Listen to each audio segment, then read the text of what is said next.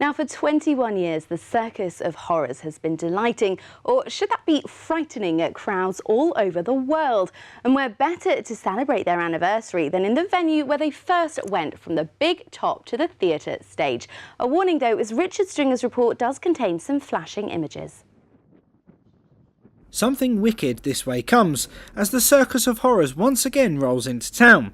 As they set up for their performance at the King's Theatre in Southsea, I caught up with the show's creator and ringmaster. Yeah, this is our 21st anniversary tour, and it's been going great. And the great thing about coming here to the King's Theatre in Southsea is when we changed from a big top show, because we started at Glastonbury performing in big tops, and then we went all over the world, either in big arenas or in big tops, and then we decided to change it to a theatre production. But this was the very first theatre that we did our first theatre show in, and it was nearly the last. We had an illusion at the end where I got chopped in half, and I was cut in half, my torso was there and my legs were there, and then the bit with my torso went sailing down towards the orchestra pit, and I was singing I Will Survive at the time.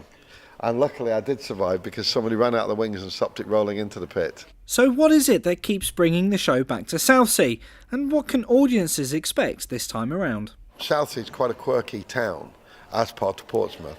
It's a bit like Camden in London or Brighton. If you look at the shops around here, it's very avant-garde, it's very arty, you know, and it's a perfect place for the Circus of Horrors. And the audience will go wild. It's a beautiful theatre. Wherever you sit here, you'll be able to see. You know, we're on the circle here, and you can see clearly on the stage. The show will look great here. Well, this year's show is called The Never-Ending Nightmare, and the reason we called it that is because last year we introduced clowns for the first time. This is before the scary clown craze happened last autumn. What I thought, well, you know, if people have got colourphobia, which is fear of clowns, they would also have fear of small spaces. They would also have fear of the dark.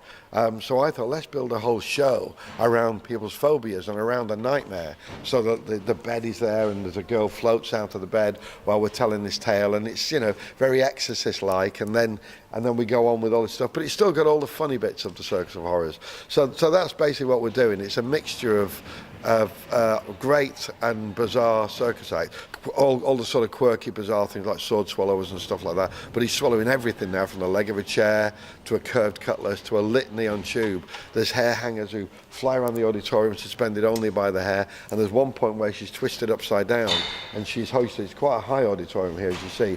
She's hoisted to the roof of the auditorium, and then from her hair we do a trapeze act. Another girl performs a trapeze act from her hair upside down. So it's really, whoa, there's lots of whoa moments, you know, and there's lots of watching like this through open fingers, you know. It's very much car crash entertainment. I mean, Donald Trump is mentioned in our show, because you can't not mention him nowadays, can you? He's comedy gold. We use a lot of topical things, but I'll go and watch other horror movies, I'll go and watch other shows, and circus is a big impact to me because I was born and bred in a circus, so I love circus. And the music is brilliant, but it's as scary as it is funny. And we turn a negative word, which is horror, into a positive word. And we've taken the extreme to the mainstream, without a doubt. Well, as showtime drew ever closer, I took my exit stage right and let the cast and crew continue with their preparations. This is Richard Stringer for That's Solent.